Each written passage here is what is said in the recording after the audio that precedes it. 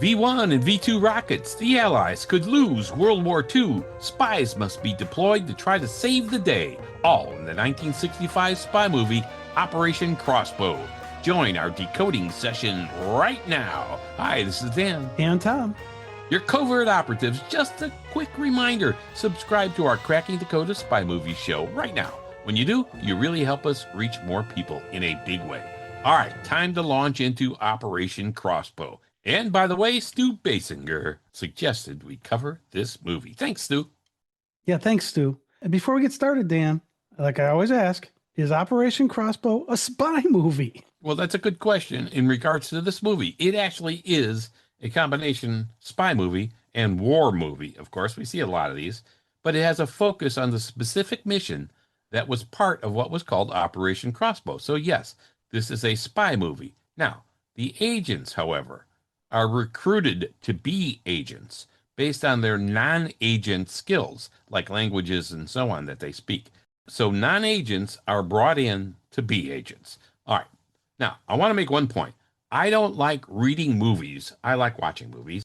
You've said that before, yeah.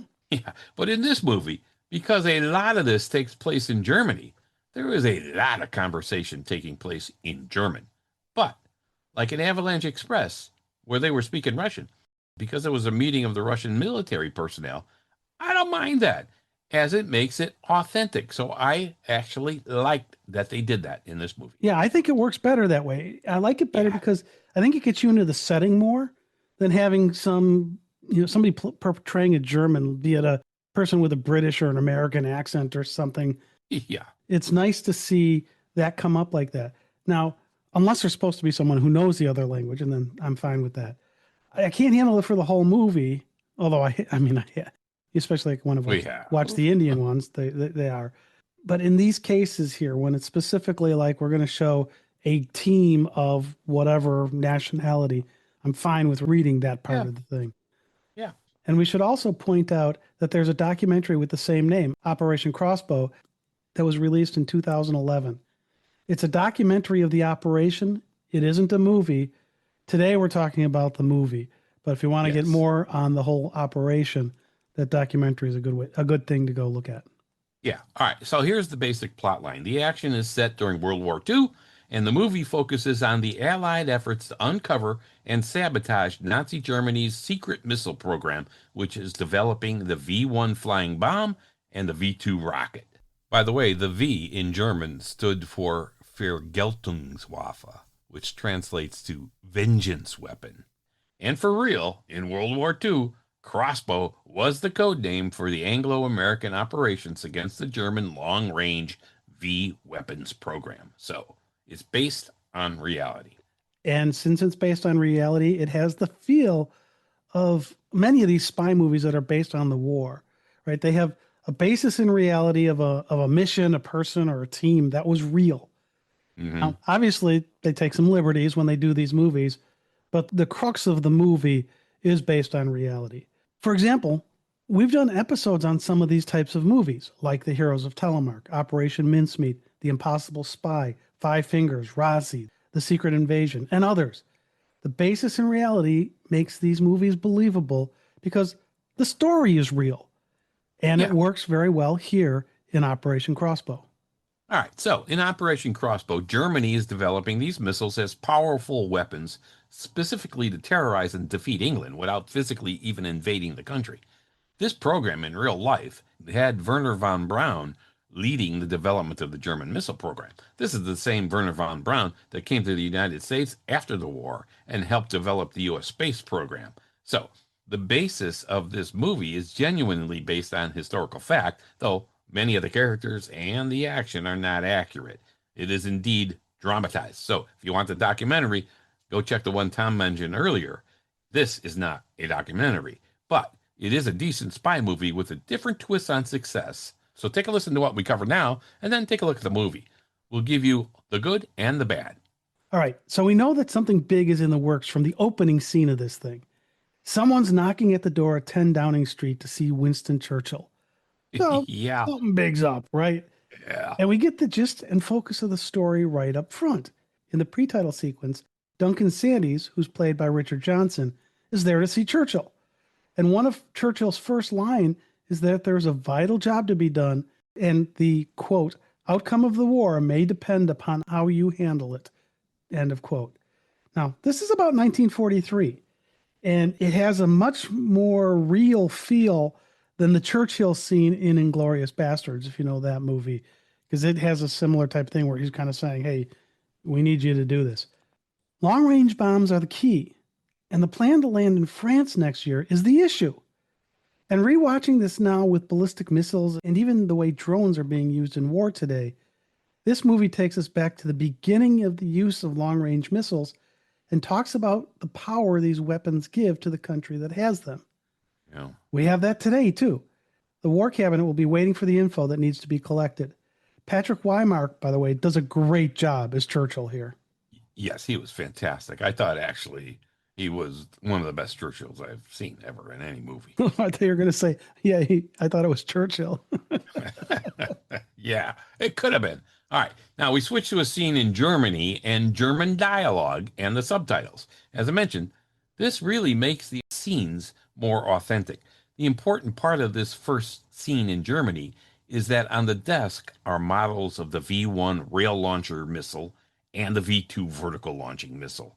We see them there for the first time. And in reality, both were in development by the Germans and were being refined and made more accurate and deadly. And then the title sequence starts and the titles roll all over the still shot of the missiles on the desk. It was a nice way to tell us again, visually, this is what this is all about. And Sophia Loren gets top billing. Then George Peppard. Now, okay, I laugh a little bit here because George Peppard really is the main actor in this movie.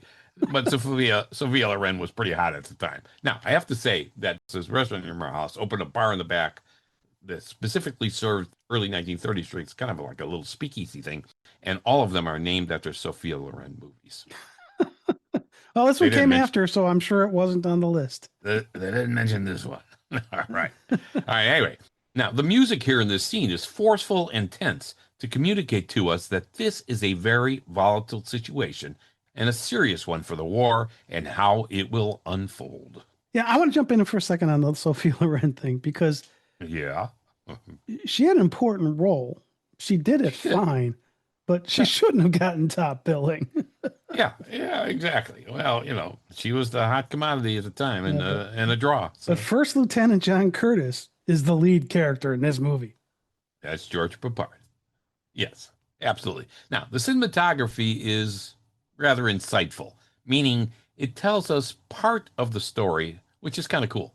So we see the Germans next walking into a secured facility, and we see a full-scale version of the V-1 glider launching rocket in this facility, and the way the camera pans into it is superb.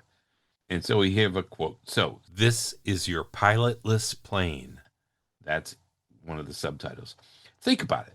This is like a drone, not as capable as today's drones, but a drone in World War II. Yeah. This is technology that was at its peak. That was some pretty far out stuff. But like you said, it's not as technologically advanced as what we have today, because now they do like the monofilament control and stuff like that. But the basic concept is still there. I'm going to fly this thing and have it explode wherever it lands. Yeah. It's not perfected yet in the movie, and it's still veering to the right. They're telling us why it's not perfected. It's still veering to the right, an issue that takes a bit of the movie to resolve. And some of that is based on actual history, including one of the pilots that they rigged up to fly the bomb for tests. Yeah, they really did this. They actually threw a cockpit on there and said, okay, try to fly this. You'll see what happens. In use, of course, when they used them to bomb England and so on, there were no pilots on it. They were remote. Boom, done. They were just flown. Now, Hannah Reich was a real test pilot who flew this bomb, and there is a Hannah Reich in the movie. Yeah, she's portrayed there, which I like that. And she's portrayed well by Barbara Rooting. I agree with you there. Now, I really liked the fact that they showed this scene with Hannah, because I knew they created these things, and you talk about how they developed them.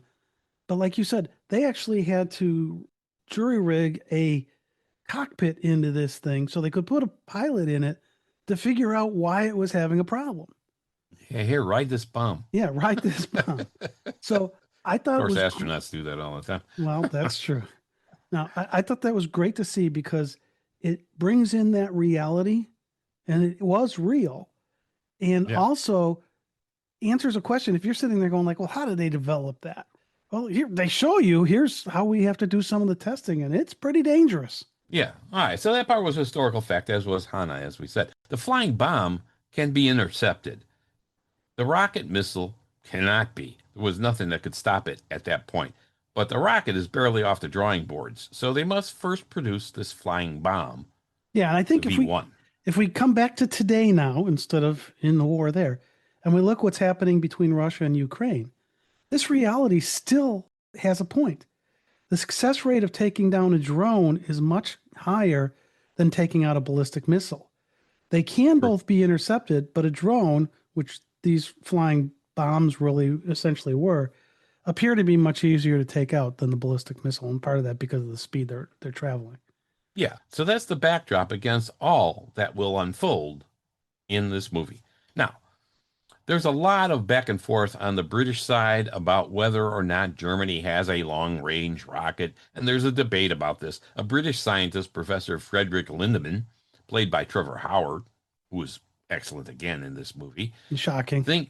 yeah, yeah, thinks that they must be using solid fuel, and that a missile like what they're talking about would require too much fuel, like 50 tons. So it's impossible. He didn't think they could do it.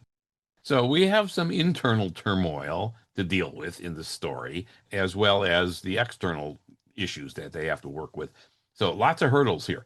We, the viewers, of course, we already know more than the British because we get to see everything that's happening on both sides. So we're in the know, the British are not. All right, the dialogue is well written and well delivered. The scientist who thinks it's impossible for the Germans to have developed this technology in 4 years is the target of a great dialogue barb. As one gentleman in charge of the field agents says, agents are like scientists, Professor. Some are good and some are not so good. And he's looking right at the professor when he says, and some are not so good. What a slam. I thought that was great dialogue, great delivery. That was a strong line, again, well delivered, and represents some of the very good dialogue in this movie. The scientist says to Duncan, quote, as a scientist, I was taught to be sure of my facts. And then Duncan Sandy says to the scientist, in war, decisions almost always have to be taken on incomplete knowledge. If you wait until you're certain, you're sure to be too late. This is good stuff. Absolutely. And again, I keep tying this back to today. It's amazing how political and personal beliefs make some things look foolish in hindsight. And we see that today as well. Yeah. All right. Okay, Hey, we're going to go in for a 3-day war. Okay, we're on day 1290 or something. All right, a quick shout out to a few of our listeners who recently gave us feedback on our podcast show episodes. So a big shout out to Jim Phelps and Baldwin Collins. Both gave us feedback on our recent Avalanche Express episode, saying, respectively, great spy class today and great classic and good review by Tom and Dan. All right, great. And we have some other comments as well from older episodes from Garen Stuffins, 6958, from Jeffrey Kite, 9641, Radioactive 8245, and Rick-L5F7Q. Gotta love these names. Those are their first names, I think. Well, thank you all for providing some feedback. We really do appreciate that. All right, let's get back to the movie. Just to point out a bit more of the cinematography and how well it was done. After this meeting that we just talked about, we switched back again to the Germans. And there's this ominous music playing. And we see the camera pan backwards from the tip of a rail all the way to its base where there's a flying rocket sitting there. And it tells us, you should be fearful of this. Perfect and beautifully done. That was a really good shot that they did of that. Excellent shot. The Germans have some failures testing the flying bomb, but we know eventually they get it right. Yeah, we have constant jockeying between the British and the Germans, both making their plans on what they will do and how they will do it. So we are always in the know because we're seeing the scenes shift from the British to the Germans constantly, back and forth. Kind of cool. The British aren't in the know, at least in the beginning. Now, Yeah. the British, they're closely examining these surveillance photographs. They're making plans to try to infiltrate the German manufacturing and launching facilities. They're using these pictures to try to figure out what's going on. Now, that documentary that I mentioned earlier spends a good deal of its time discussing and showing the real surveillance photographs. So, again, based on reality, this is stuff they really did. And it is amazing, even back then, what you could pick up on a photograph. Yeah, we're going to tell you how they did it too a little bit later, so stick around for the towards the end. All right, some of the music here is majestic, like when the British recon flights return with film to develop. There are times with no dialogue happening that the music takes over the scene, however. I like when the music blends in and is part of the scene, but here sometimes it's a big part of the scene and a little too much, I think. But in general, the music was pretty good. Yeah, I agree. Now, part of the We'll thing, talk about that.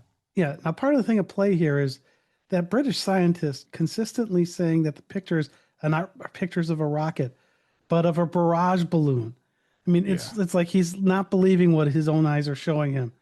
So same this is part of scientists, what yeah. we have to struggle with, and the British have to struggle with as they try to get a handle on what's really going on. They're looking at these pictures. They're not super crisp, but you can see a lot, and they're trying to decipher what's in these pictures Yeah. to see what action they need to take. Now, a big decision to be made is whether or not they should bomb these plants on the Baltic because they figured out where about they would be. That would take 600 planes, they said, and they would be at risk. They're flying through strong defenses. If they lost a lot of these planes, the war could be over for England because that was their main force of defense. I Now, was Duncan surprised Sand, when they said it was going to take 600 planes. That seemed like a lot. yeah.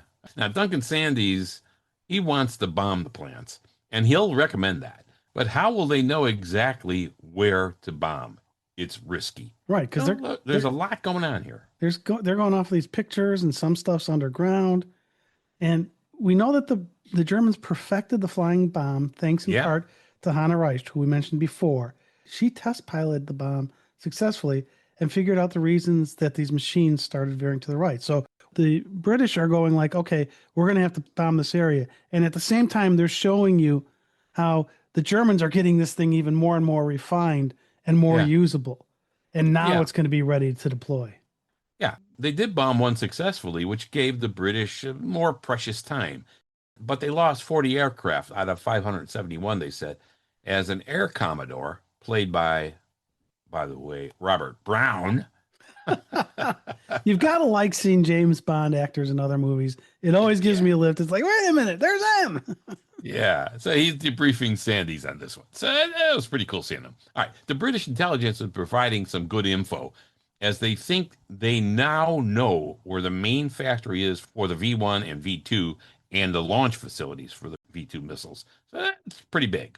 One funny thing is when Sandys is getting debriefed on the new intelligence, which is where the rocket factory might be, they're looking at this map, and General Boyd, played by John Mills, he points to an area that all the scientists have been moved to, and while pointing, he makes a circle on the map that must cover like 100 square miles or more. And anyway, he does then point to a specific spot, and that's where they think the plant really is. But I There's thought it got to was be a kind military intelligence joke in here somewhere. of The key yeah, thing is they did figure it out.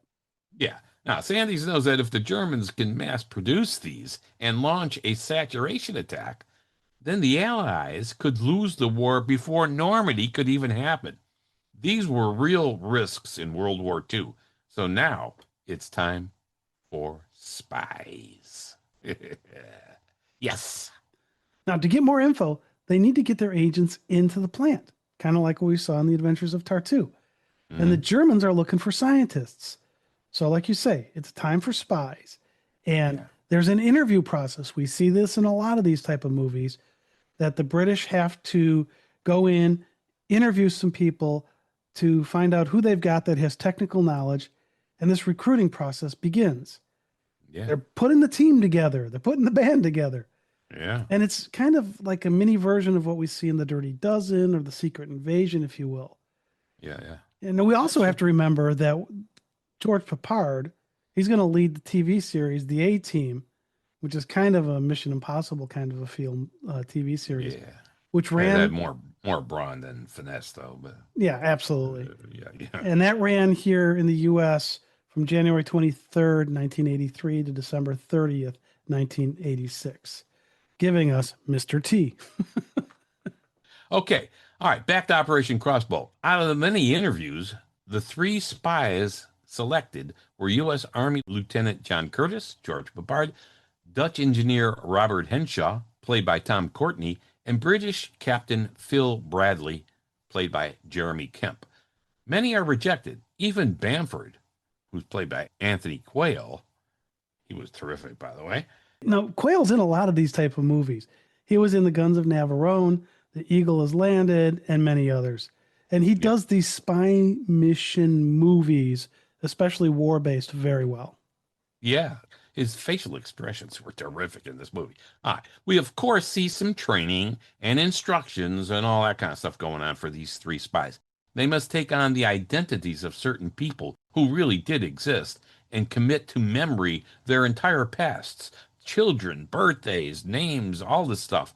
This was a very believable element of this process, which was pretty well done. And one of many reasons I'll never be able to be a spy.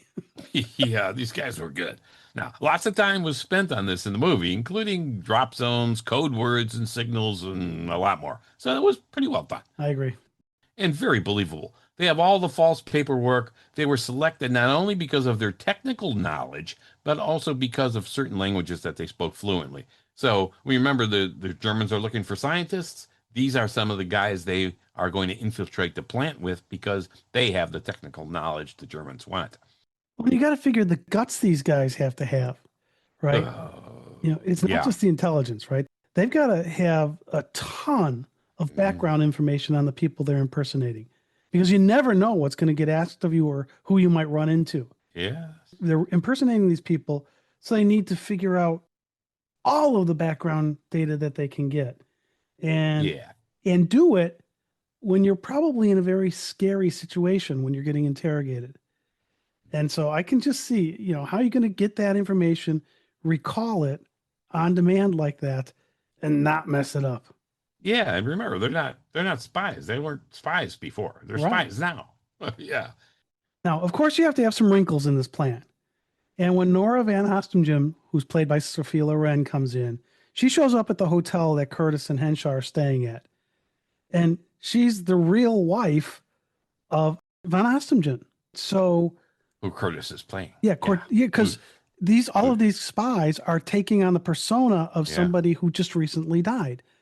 So this Nora lady has no idea her husband's dead. She just heard he was at the hotel. So she goes to this hotel to try to find him.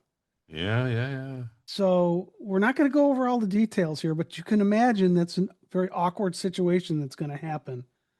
But there's some great dialogue between Curtis and Nora. Yes. And the clerk at the hotel is part of the Allied plan, and she's fantastic in this as well. So there's a bunch of stuff that happens here. Some of it's surprising, some of it's awkward because there's a lot going on. Yeah.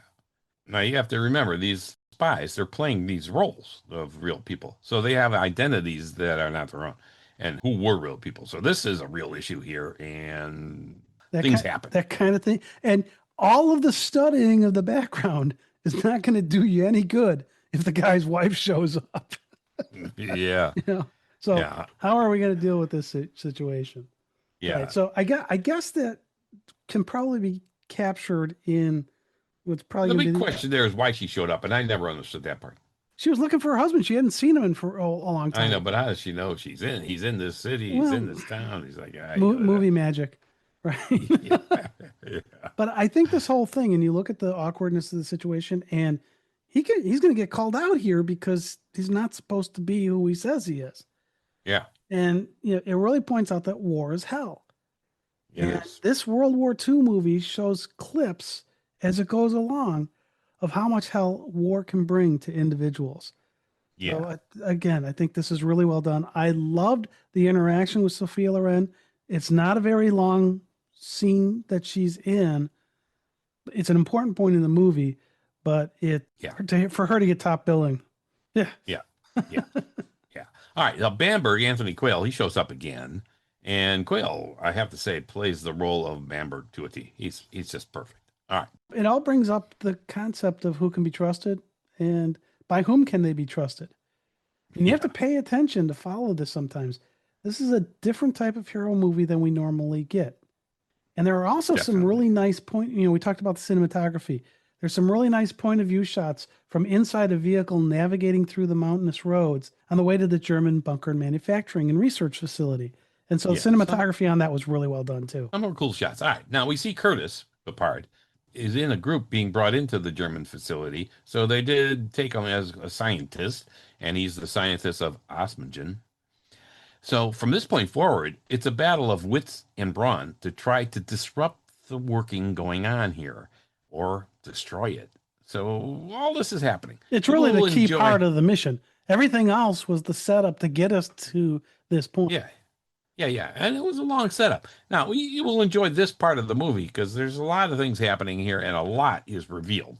Now, we will see switching between the German facility and the British again, doing the research on the aerial recon photographs that are continuously being shot. They think they know that the Germans have this flying bomb, and of course, they know or suspect the missiles are being developed and might be close to being finished. The British call these flying bomb launching sites ski sites because remember the long rail that they have to fly off of, and then the shot you recalled there Yeah, when you earlier, see Tom. that shot, you will not forget that long rail they fly Yeah. off.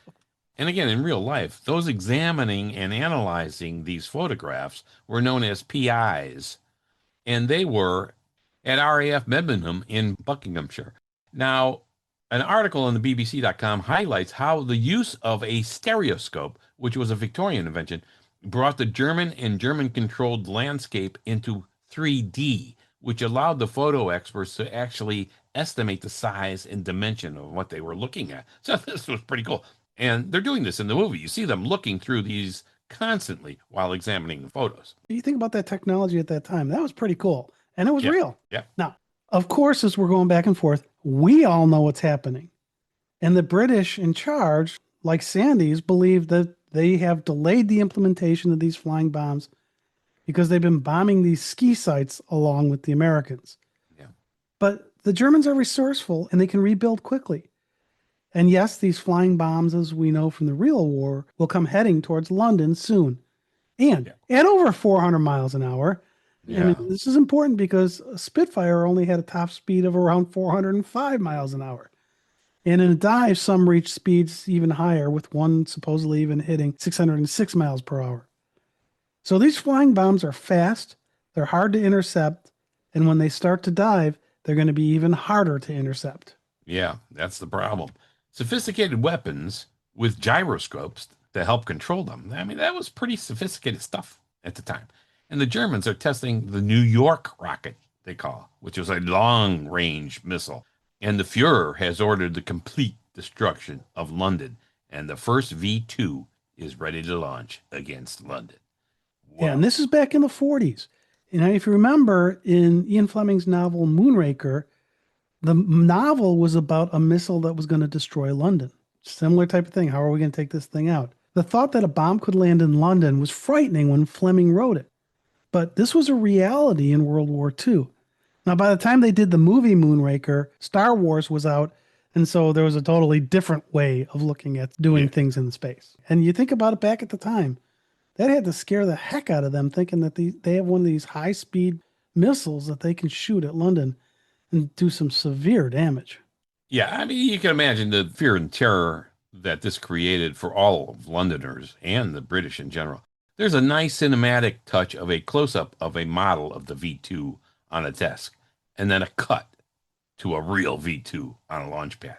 I like that. Now, some of the destruction of London is shown as we see launch after launch, and the chill you get is real. This stuff really did happen, and the movie is depicting it.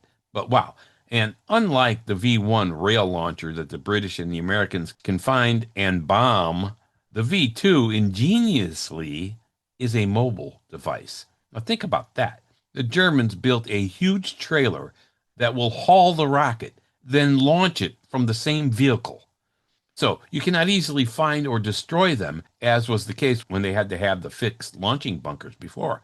So the issue is to destroy them where they're made, and that's this underground facility. And this is still a problem today because there's a Yes. lot of these mobile rocket launchers Yep. that it's hard to track down. And here in World War II, the Germans had them already. But the British agents are there, right? They're in this facility. We know we got 3 in. Combine sabotage and bombing raids. That's the concept. What about the agents, though? That's what I was always wondering. Wait, you're going to combine sabotage and bombing raids? Hmm.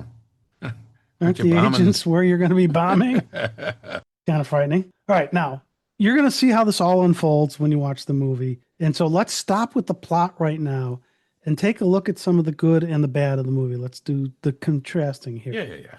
And we'll start with the good. And for me, the best part of this is there is historical grounding and perspective. Many Cold War spy thrillers of the 60s were just interesting stories written by talented screenwriters. But here in Operation Crossbow, we have some deep-seated roots in real World War II events. The Allied mission to sabotage the V-1 and V-2 rocket programs was real, and it was a very big focus of the Allies because a failure there could mean losing the war. So this is far from a James Bond movie, as it's somewhat grounded in fact. Again, it's not a documentary.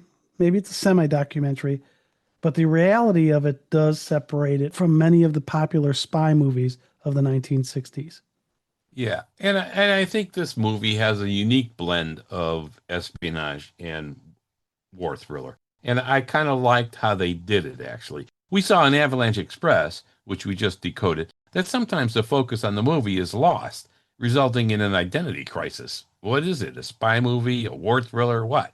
Here, Operation Crossbow, I think, successfully merges spy infiltration with wartime sabotage and the whole wartime drama, making it, I think, closer in spirit to the movies like The Guns of Navarone, Where Eagles Dare that we mentioned, and even The Eye of the Needle or Five Fingers that we also mentioned.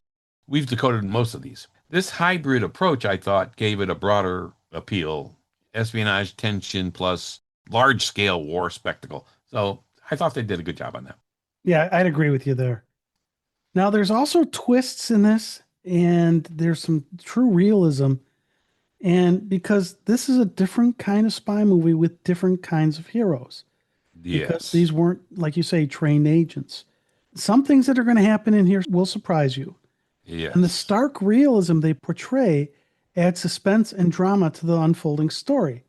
And it places it closer to movies that are permeated by moral ambiguity, like The Spy Who Came In From the Cold or Eye of the Needle, or maybe even the 1944 movie Ministry of Fear. There are plenty of movies where moral ambiguity takes center stage, and it's here in this movie, Operation Crossbow. Yeah, definitely. And I think they did, again, a good job of that. And then let's look at the casting. They certainly have a lot of star power in the cast. Sophia Loren, George Peppard, Trevor Howard. I mean, they gave the movie box office credibility immediately. Now, others in the movie were terrific, like Anthony Quayle, we mentioned, and Richard Johnson. And we had a special guest appearance by Paul Henreid as General Zyman. We remember him, of course, Casablanca. Great actor, but he was in just for a snippet here. It is funny how some of these actors that you know well have very small roles in some of these movies, and it's just kind of like, oh, it's so-and-so. Yeah. Now, this movie performed well to box office in the UK, becoming a top 10 draw for the 1965 cinema releases there.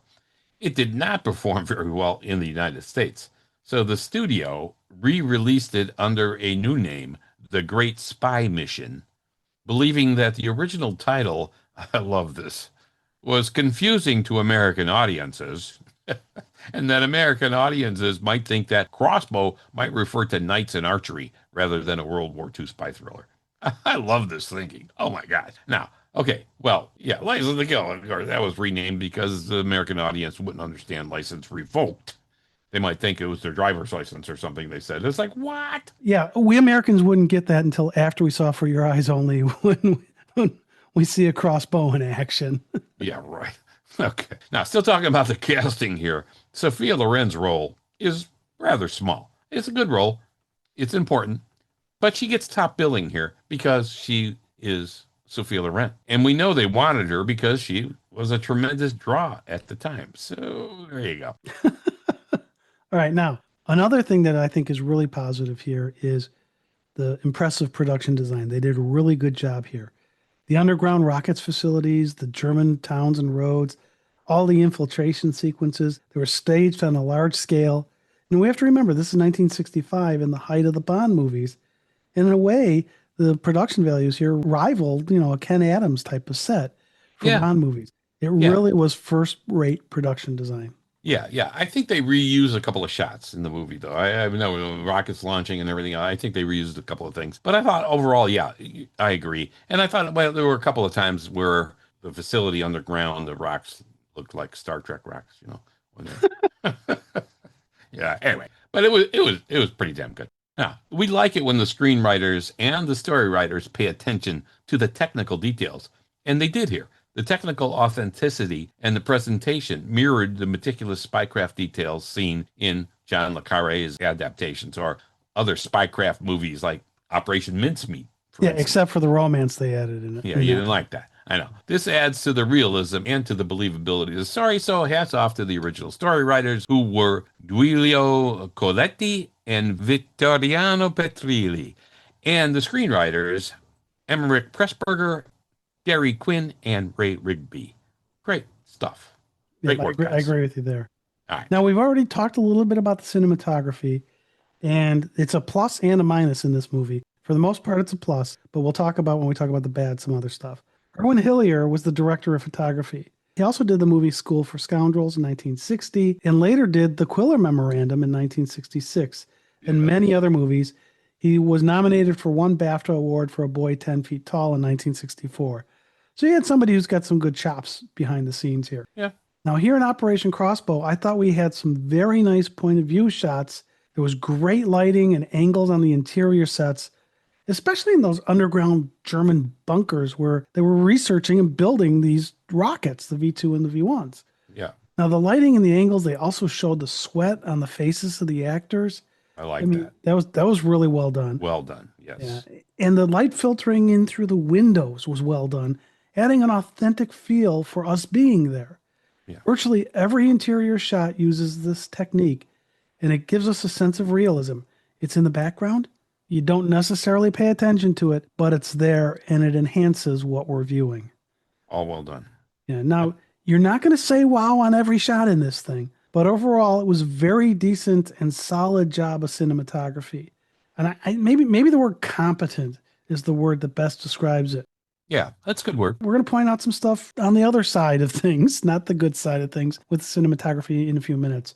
But there are definitely very strong positive parts of the cinematography here. Yeah, and let's look at the musical score, too. The score was written by Ron Goodwin. He's a British composer, probably best known for his war movie music, like in 633 Squadron, Where Eagles Dare, and The Battle of Britain. Is this his best? Probably not, but it is good. It's war-type music, patriotic, sweeping at times, and does a decent job of balancing the war versus spy thriller kind of theme.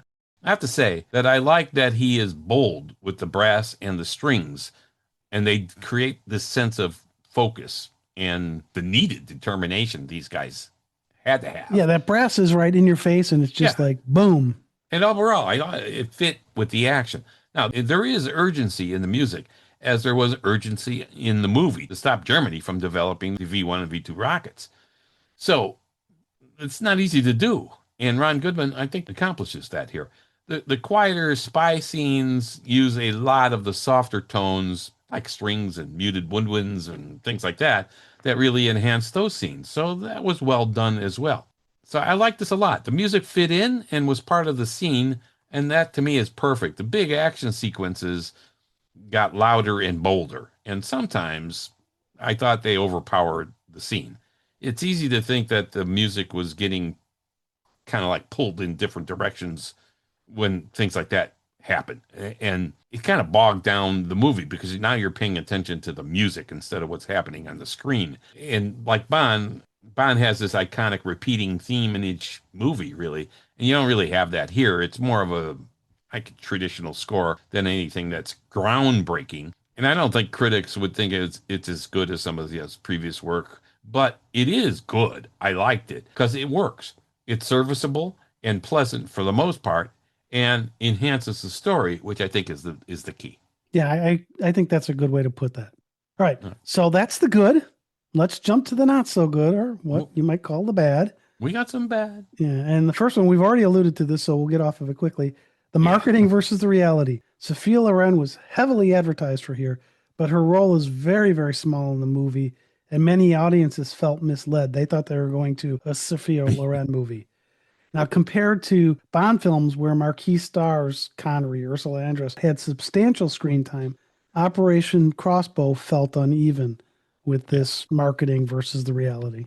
Yeah, now let's get one of your favorite bad things in movies, Tom, pacing. Wait, And there's a pacing issue in this movie.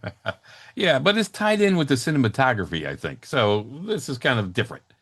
Part of this is directing, really, mostly, because at times the semi-documentary style background, the rocketry explanations, the Allied planning, all the maps and the photos we're looking at, this kind of slows down the action, and it does quite a bit. I mean, it is integral to the story, and so we need to know it, but at times it does bog down the action. I would say that this is my biggest criticism of the movie because it does slow the pace down a bit. So a spy movie, pacing issues. Yeah.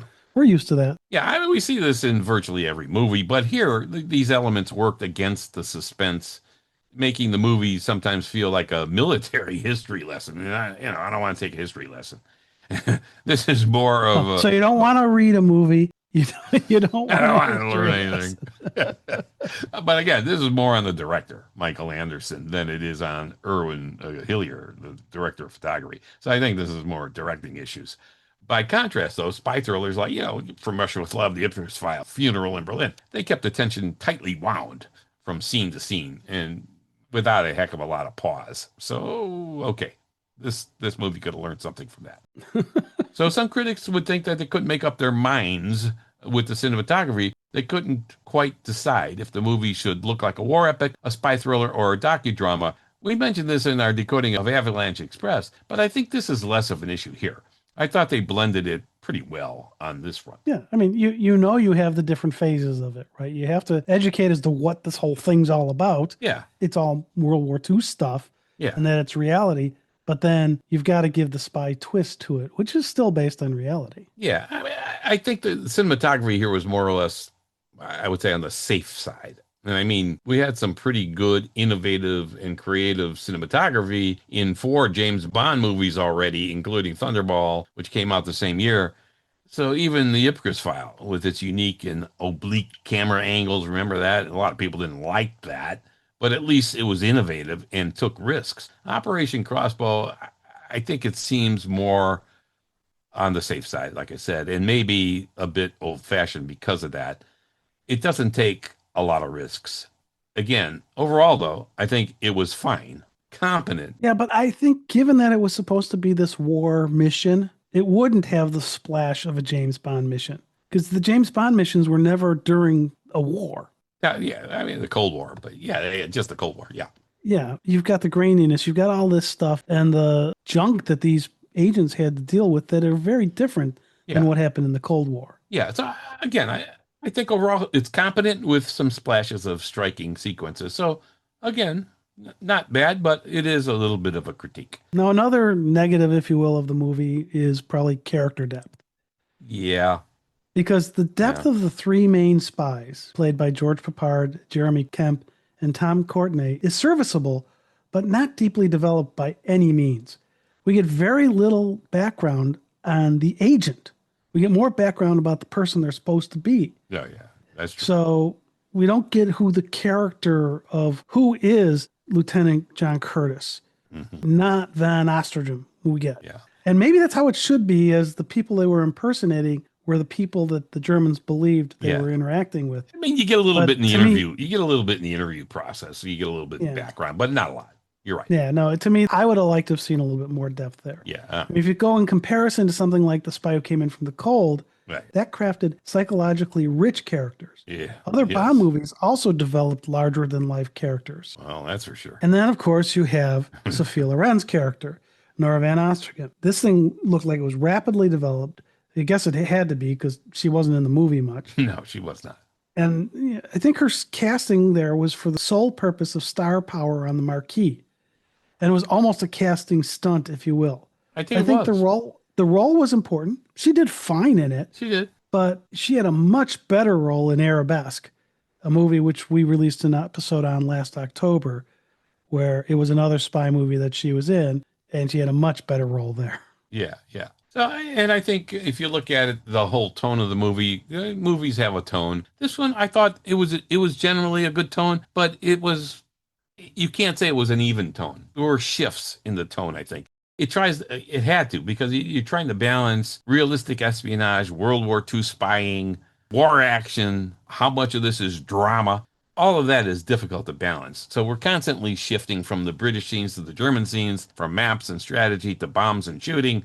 It's not easy to do. So that makes the tone, if you really look at this like musical tones, it would be more like a lot of sharps and flats, It was like, okay. Yeah, we kind of get pulled all over the place. Other spy movies we mentioned often, like The Icarus File and The Funeral in Berlin, they maintained a more consistent tone of gritty, grungy kind of realism than... Oh, yeah. The Spy Who Came In From the Cold. But, now, another negative of this is that these semi-documentary type movies are in a class by themselves. They're kind of trying to balance true story versus fiction. So Operation Crossbow is up against the rolling juggernaut of the James Bond franchise, who's giving us nothing but fiction. Yeah. And Harry Palmer, same thing. And good so fiction. It's up against very, very tough competition. Yeah. All right. That wraps up the negatives that we wanted to point out. Yeah. I think we should really quickly, since we do this all the time, we talk about connections between what may have influenced other movies or where a movie might have been influenced. So, the Bond movies, especially early Connery. Operation Crossbow shares the fascination with the Nazi technology and secret bases, but trades Bond's glamour for realism. If we look at it versus The Spy Who Came In From the Cold, both of them emphasize espionage's dangers and futility, but Operation Crossbow mixes this with a war movie spectacle. We also have kind of a tie-in with mission-style sabotage movies, like The Guns of Navarone, Where Eagles Dare, etc.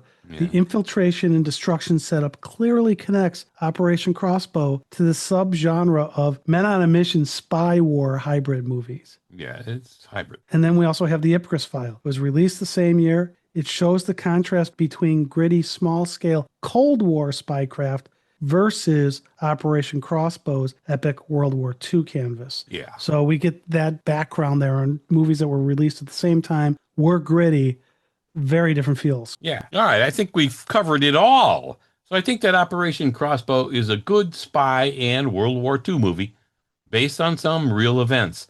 It builds a strong sense of realism with some big splash sequences. Overall, it's a solid spy movie, even though it has a few flaws, like most movies, but still one worth watching.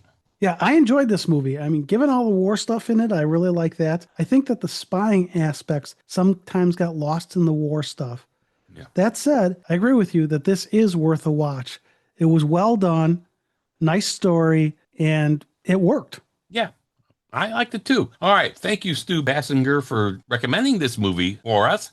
We appreciate it. All right, everybody else, let us know what you think of this movie and if we captured it correctly here in our decoding session. So that is a wrap of our decoding of the 1965 spy movie, Operation Crossbow. Subscribe to our podcast show right now to help us out. We appreciate that very much. All right, this has been Dan. And Tom. Check out our website, too, at spymovienavigator.com, where you can search our spy database, search for podcast episodes you want to hear, and more. Thanks for spending time with us.